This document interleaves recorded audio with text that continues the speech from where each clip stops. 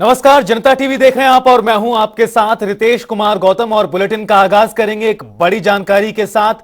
Breaking news से आपको रूबरू करा दें। मुख्यमंत्री पुष्कर सिंह धामी रुड़की पहुंचे हैं। ये बड़ी खबर इस वक्त की। बीजेपी जिला कार्यालय का करेंगे शिलान्यास। बीईजी हेलीपैड पहुंचे हैं मुख्यमंत्री धामी।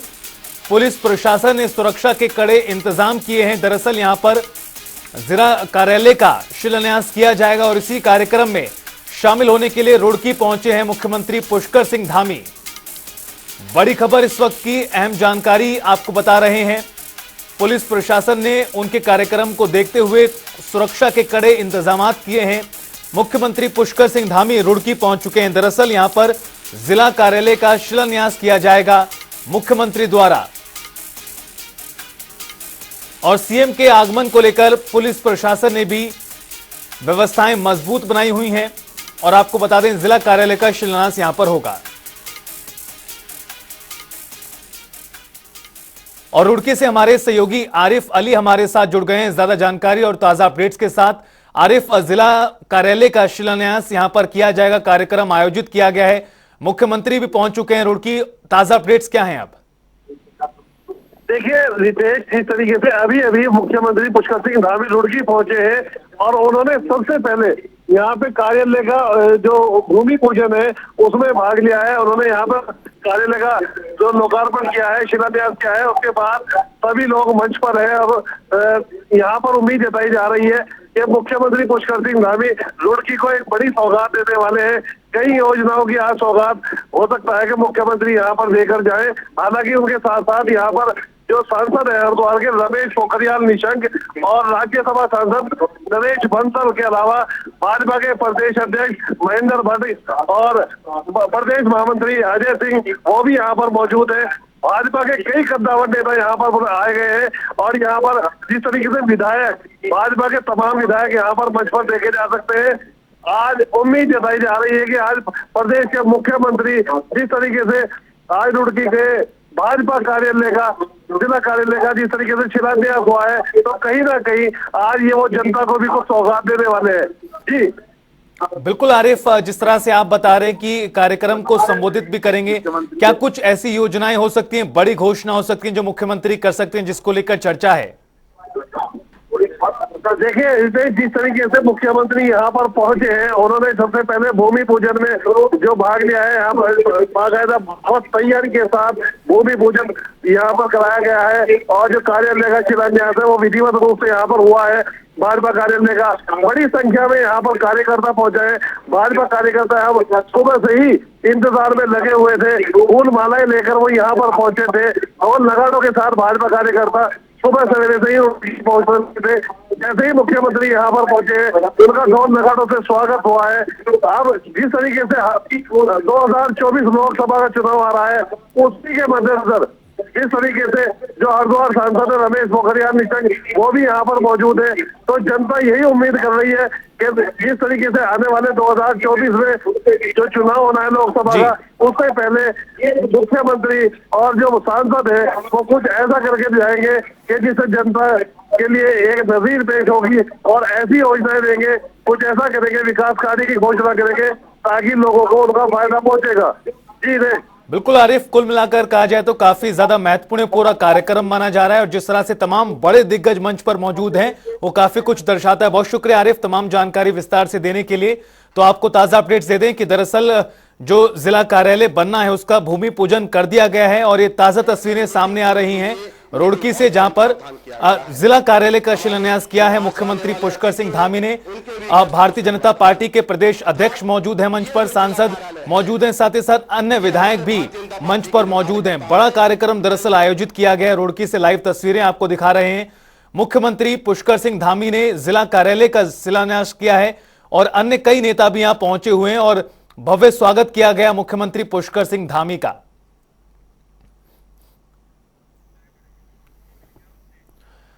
तो वहीं देहरादून में उत्तराखंड के कृषि मंत्री गणेश जोशी ने उद्यान विभाग की समीक्षा बैठक ली। बैठक में उद्यान विभाग के संबंधित अधिकारी मौजूद रहे। तो वहीं कृषि मंत्री गणेश जोशी ने बताया कि वर्ष 2021-22 में सेब की खेती को बढ़ावा देने के लिए 2,40,000 पौधे लगाए गए थे, जबकि 2022 में 12,23,000 सेब के पौधे लगाए गए। और इसके साथ ही उन्होंने कीवी मिशन को बढ़ावा देने के लिए सरकार की तरफ से किए गए कामों की भी सराहना की। उन्होंने कहा कि किसानों की कड़ी मेहनत के बदौलत आगामी समय में कीवी और सेब का उत्पादन 4 गुना तक जा सकता है। इसके साथ ही उन्होंने और क्या कुछ कहा वो भी आपको सुनाते हैं।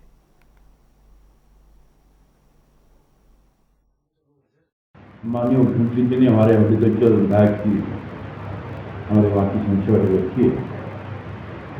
उसकी तैयारी को देखते हुए मैंने आज अपने विभाग की बैठक रखी है और जो मैं लगातार इस पर मेहनत कर रहा हूँ उसके परिणाम मुझे स्पष्ट दिखाई दे रहे हैं। जहाँ वर्ष 2021-22 में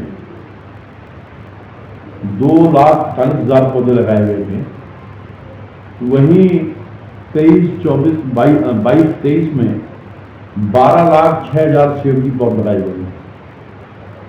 इसी प्रकार कीवी में जहां 21-22 में 93,000 पौधे लगाए गए थे, वहीं 22-23 में 2,12,000 पौधे लगाए गए हैं, जो अपने आप में एक बड़ी उपलब्धि है। और जो हम बार बार कह रहे हैं कि 2025 में हमारा राज्य जब 25 साल का होगा, हम अपने उत्पाद को दुगना करेंगे। मुझे तो लगता है कि इस हिसाब से हमारे विभागीय अधिकारी काम कर रहे हैं, हमारे किसान मेहनत कर रहे हैं, ये 4 गुना तक जा सकता है। इन विषयों पर विस्तार से चर्चा हुई है। इसी प्रकार हमने प्लेन्स के क्षेत्र में ड्रैगन फ्रूट व स्ट्रॉबेरी, जिसके लिए 19 करोड़ की व्यवस्था हमने की है।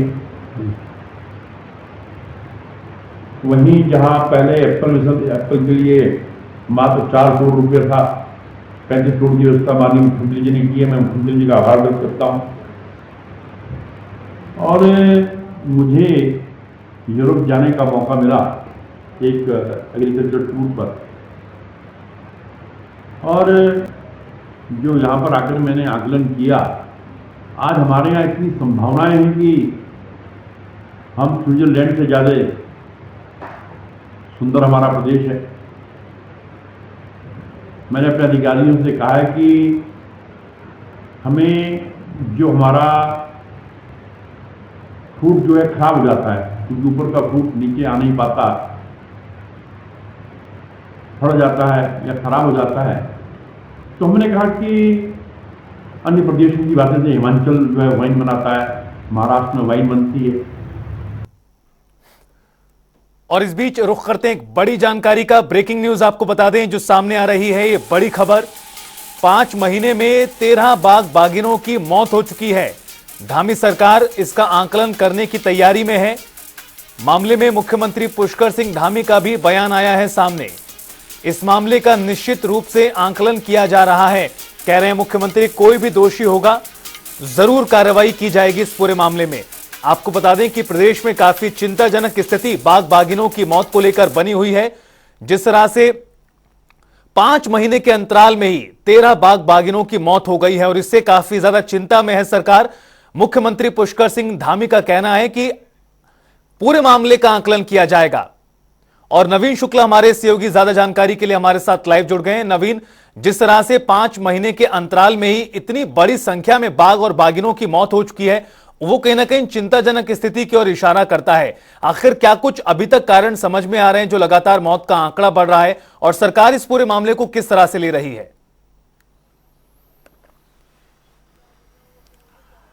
जी रितेश, निश्चित तौर पर अगर देखा जाए तो 5 महीने के अंतराल में करीब 13 बाघ बाघिनों की मौत हो चुकी है। तो कहीं ना कहीं इसको लेकर अब जो वन विभाग है वो भी पूरी तरीके से गंभीर है।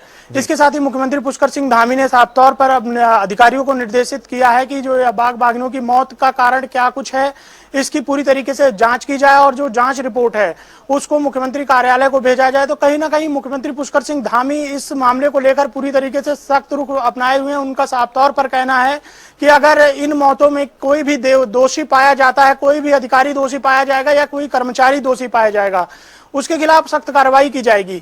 इसके साथ ही अगर बात की जाए, वन मंत्री का एक बयान भी आया था जिसमें उन्होंने जो मौतों की बात कही थी, एक अजीब बयान उन्होंने दिया था कि यह मौतें जो हुई हैं नेचुरल तरीके से हुई हैं। तो कहीं ना कहीं इसको लेकर भी अब आवाज बातें उठने लग गई थी कि वन मंत्री गंभीर उस विषय को लेकर गंभीर नहीं है। तो अब देखने वाली बात यह होगी कि इस विषय को कितना वन मंत्री भी गंभीर लेते हैं। हालांकि मुख्यमंत्री पुष्कर सिंह धामी ने इस पूरे मामले का खुद संज्ञान लिया है। उन्होंने तलब किया है कि इसकी पूरी जांच विस्तृत रिपोर्ट बनाई जाए और मुख्यमंत्री कार्यालय को भेजा जाए कि इन बाघ बाघिनों की मौत किस तरीके से हुई है, क्या कुछ कारण रहे हैं। और इसके साथ ही मुख्यमंत्री पुष्कर सिंह धामी ने साफ तौर पर निर्देश किया है कि इस विषय पर अगर कोई भी अधिकारी या कर्मचारी इसमें संलिप्त पाया जाएगा तो उसके खिलाफ सख्त से सख्त कार्रवाई सरकार द्वारा की जाएगी। अब नवीन, एक सवाल है, चूंकि जिस तरह से आप कह रहे हैं कि हालांकि वन मंत्री के बयान को लेकर निश्चित तौर पर सवाल खड़े हुए थे, मुख्यमंत्री पुष्कर सिंह धामी कह रहे हैं कि आकलन करेंगे और जो भी दोषी होगा मामले में उसके खिलाफ सख्त कार्रवाई अमल में लाई जाएगी। लेकिन कौन कौन से ऐसे क्षेत्र हैं जहां पर बाघ बाघिनों की मौत के लगातार मामले सामने आ रहे हैं और ये घटनाएं आगे ना बढ़े, इसको लेकर क्या कदम अब फौरी तौर पर उठाए जा रहे हैं? जी, निश्चित तौर पर बताना चाहूंगा कि जिम कॉर्बेट पार्क है जिसमें बाघ बाघिनों को संरक्षण किया गया है। इसके साथ ही तमाम सारे कारणों का भी आकलन किया जाएगा। वन विभाग के अधिकारियों को साफ तौर पर यह निर्देशित किया गया है कि वह अपने क्षेत्रों की जो मॉनिटरिंग है उसको करने का काम करें और सही स्थितियों का पता लगाने का काम करें कि किस वजह से ये जो मौतें हुई हैं 5 महीने के अंदर जो 13 मौतें हुई हैं उसका पूरी तरीके से आकलन किया जाए। सबसे बड़ी बात यह है कि संरक्षित जीव है तो इसको लेकर अब कहीं ना कहीं जो आम लोग हैं, आम जनता है, वो भी सवाल उठा रही है कि इस तरीके से 5 महीने के अंतराल में और 13 बाघ बाघिनों की मौत हो गई है। कहीं ना कहीं जब इसको लेकर सरकार भी अब पूरी तरीके से सख्त रुख पर अपनाए हुई है। सरकार का साफ तौर पर कहना है, मुख्यमंत्री पुष्कर सिंह धामी खुद इस विषय को का संज्ञान लिया है। उन्होंने अनौपचारिक रूप से जो मीडिया से भी बात करते हुए ये निर्देशित किया है कि जो भी ये मामले आए हैं इसको गंभीरता से लें, अधिकारी कर्मचारी सभी गंभीरता से लें और इसकी सही जो जांच रिपोर्ट है उसको बनाने का काम करें। वहीं अगर दूसरी ओर बात की जाए तो वन विभाग के जो अधिकारी हैं उनका लगातार जो वन संरक्षित क्षेत्र है वहां पर दौरा भी लगातार जारी है और कारणों का भी पता लगाया जा रहा है कि क्या कुछ कारण रहे हैं कि 5 महीने के भीतर में 13 बाघिनों की मौत हो गई है। सबसे बड़ी बात यह है कि जो बाघों का संरक्षण करने का उत्तराखंड का जो जिम कॉर्बेट पार्क है वो सबसे बड़ा क्षेत्र है। तो कहीं ना कहीं जो मौतें हैं उसका आकलन भी अब जो वन विभाग के अधिकारी हैं वो करेंगे और मुख्यमंत्री पुष्कर सिंह धामी ने भी साफ तौर पर निर्देशित किया है कि इसकी विस्तृत रिपोर्ट बनाई जाए और अब देखना यह है कि आखिर जो रिपोर्ट तैयार होगी उसमें क्या कारण निकलकर सामने आते हैं और किस तरह से इन घटनाओं को रोका जा सके, ये बड़ा सवाल है। आप बने रहिए हमारे साथ, ये बड़ी जानकारी लगातार अपने दर्शकों को दे रहे हैं। उधर देहरादून में कैबिनेट मंत्री रेखा आर्य ने विधानसभा स्थित सभागार में समीक्षा बैठक की। मीटिंग में विभागीय अधिकारियों और प्रांतीय रक्षक दल के पदाधिकारी मौजूद रहे। कैबिनेट मंत्री पीआरडी एक्ट नियमावली, पीआरडी जवानों से संबंधित हुई बैठकों के बिंदुओं पर अनुपालन, पीआरडी से संबंधित मुख्यमंत्री की घोषणा और अन्य महत्वपूर्ण बिंदुओं को लेकर समीक्षा की गई। बैठक में विभागीय मंत्री ने अभी तक के हुए कार्यों पर भी प्रगति रिपोर्ट जानी है, जहां पर अधिकारियों ने मंत्री रेखा आर्य को हर बिंदुओं और उनके पहलुओं से अवगत कराया। तो वहीं रेखा आर्य ने कहा कि हमारी सरकार ने पीआरडी विभाग में तैनात गर्भवती महिलाओं को मातृत्व अवकाश, जवानों को मानवीय, वित्तीय और शासकीय रूप से अनुमन्य सेवाओं की व्यवस्था, पीआरडी सेवकों को 60 साल तक की नौकरी सहित पीआरडी एक्ट 1948 में संशोधन सहित कई अन्य व्यवस्थाएं की हैं, जिसकी जल्द ही जियो जारी की जाएगी।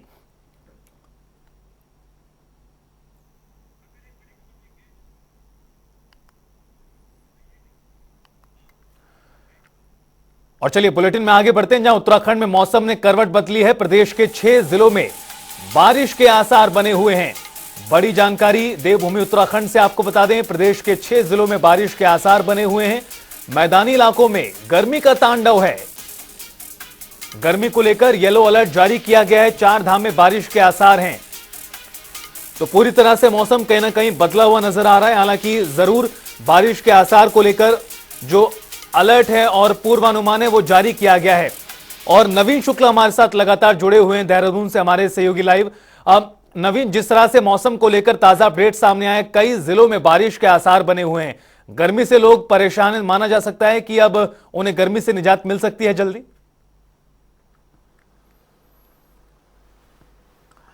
जी रितेश, निश्चित तौर पर अगर देखा जाए तो उत्तराखंड में लगातार जो है मौसम का मिजाज बदलता हुआ नजर आ रहा है। कभी बारिश हो रही है और कभी कड़क धूप हो रही है। तो कहीं ना कहीं अगर मैदानी क्षेत्रों की बात की जाए तो आज राजधानी देहरादून में कड़क धूप खिली हुई है। और इसके साथ ही सबसे बड़ी बात यह है कि मौसम विभाग समय समय पर अपनी एडवाइजरी भी जारी करता रहता है कि जो भी मौसम का मिजाज है उसको देखते हुए जो पर्यटक हैं, यात्री हैं, वो उत्तराखंड की तरफ रुख करें। सबसे बड़ी बात यह है कि उत्तराखंड में चारधाम यात्रा चल रही है और लगातार यात्री जो हैं वो आने का सिलसिला जो है लगातार शुरू हुआ है। श्रद्धालु पहुंच रहे हैं चारधाम यात्रा के लिए। इसके साथ ही अगर गर्मियों की छुट्टियों की बात है तो जो पर्यटक हैं वो अभी उत्तराखंड की तरफ रुख कर रहे हैं। चाहे नैनीताल की बात की जाए, मसूरी की बात की जाए या फिर राजधानी देहरादून में लगे जो पर्यटन क्षेत्र है वहां की बात की जाए, तो तमाम सारे जो पर्यटक हैं उनका हुजूम भी उत्तराखंड की तरफ आता हुआ नजर आ रहा है। इसके साथ ही मौसम विभाग ने पहाड़ी क्षेत्रों के लिए अलर्ट जारी किया है कि जो पहाड़ी क्षेत्र हैं वहां पर बारिश हो सकती है। इसके साथ ही जो यात्रा है, यात्रा कहीं ना कहीं थोड़ी बहुत बाधित जरूर हो सकती है। तो मौसम विभाग ने इसको लेकर अलर्ट जारी किया है और मौसम विभाग ने यह भी कहा है कि जो भी यात्री उत्तराखंड की तरफ आ रहे हैं, चारधाम यात्रा की तरफ आ रहे हैं, वो मौसम का मिजाज देखते हुए ही यात्रा करें। इसके साथ ही अगर मैदानी क्षेत्रों की बात की जाए तो राजधानी देहरादून में कड़क धूप हुई है। इसके साथ ही हरिद्वार में भी यही हालात हैं, गर्मी काफी ज्यादा पड़ रही है और आम लोगों को दिक्कतों का भी सामना करना पड़ रहा है। तो दूसरी ओर अगर बात की जाए पहाड़ी क्षेत्रों में तो ठंडक बनी हुई है, चारधाम यात्रा में भी ठंडक बनी हुई है और मौसम विभाग ने साफ तौर पर कहा है कि आने वाले दिनों में वहां पर जो पहाड़ी क्षेत्र है वहां पर बारिश की संभावना है। करीब 6 जिले बताए गए हैं जहां पर बारिश हो सकती है। तो मौसम विभाग लगातार समय समय पर अपनी एडवाइजरी जारी करता है, यात्रियों को से भी अनुरोध करता रहता है कि मौसम का मिजाज देखते हुए ही जो पर्यटक हैं और श्रद्धालु हैं वो उत्तराखंड की तरफ यात्रा करें, चारधाम यात्रा करें और तमाम सारे जो जगहों पर जाने का जो सिलसिला है उसे मौसम को देखते हुए ही जाएं। बिल्कुल, मौसम के अनुसार ही अपना जो भी कार्यक्रम है उसको तय करें। लगातार ये प्रशासन भी तमाम पर्यटकों को अनुरोध कर रहा है। बहुत शुक्रिया नवीन, तमाम जानकारी विस्तार से देने के लिए। उधर देहरादून में जिलाधिकारी डॉक्टर सोनिका ने मसूरी के माल रोड पहुंची, जहां उन्होंने सौंदर्यीकरण कार्यों का निरीक्षण किया। इस दौरान उन्होंने अधिकारियों को दिशा निर्देश भी दिए कि जल्द से जल्द बचे हुए कार्यों को पूरा किया जाए। तो वहीं जिलाधिकारी सोनिका ने मीडिया से बातचीत करते हुए कहा कि माल रोड का कार्य समाप्ति की ओर है। अभी काबल स्टोन का कार्य रह गया है, जबकि ब्लैक टॉप का कार्य किया जा चुका है। तो वहीं कुछ स्थानों पर केबल रोड पर है, उन्हें शीघ्र ही सर्विस लाइन में डाल दिया जाएगा। एक स्थान पर चैम्बर ऊंचा है, उसे ठीक करने के निर्देश दिए हैं। रोड का कार्य लगभग पूरा हो चुका है, उसे बस फिनिशिंग टच देना बाकी है। सौंदर्यीकरण का कार्य थोड़ा बहुत बाकी है।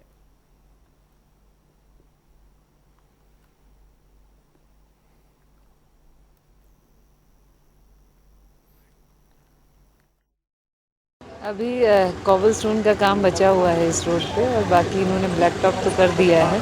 कुछ जगह पे चेम्बर, एक जगह पे चेम्बर ऊंचा है और कुछ जगह पे तार हैं अभी जो कि डक्ट में जाने हैं। तो वही इंस्ट्रक्शन दिए गए हैं कि इसको भी फिनिशिंग टच दे दिया जाए जिससे कि रोड पूरी अभी मूवमेंट में तो ऐसा कोई इशू नहीं है, रोड ऐसे स्मूथ ही दिख रही है, लेकिन बाकी काम अभी बचा हुआ है जिससे इस रोड का लुक आना है। तो वो सारे काम अभी हमें करने हैं, फिनिशिंग टच तो देना है। छोटे बच्चों को देखते ही मन खुश हो जाता है। उनकी स्माइल और नटखट हरकतों से खराब मूड भी ठीक रहता है। लेकिन दुनिया के डार्क वेब में एक ऐसा हिस्सा भी है जहां चाइल्ड पोर्नोग्राफी फलता फूलता है। चाइल्ड पोर्नोग्राफी यानी मासूम बच्चों का शोषण। दुनिया के लगभग हर देश में चाइल्ड पोर्नोग्राफी बैन है, लेकिन बात करें देहरादून समेत पूरे उत्तराखंड की तो यहां भी चाइल्ड पोर्नोग्राफी के मामले बढ़ रहे हैं। हाल ही में 2 से 3 मामले देहरादून से सामने आए थे। बात करें पूरे प्रदेश भर की तो पिछले 1.5 साल में 70 मामले चाइल्ड पोर्नोग्राफी के सामने आए हैं। इन बढ़ते मामलों पर अंकुश लगाने के लिए साइबर पुलिस काम कर रही है।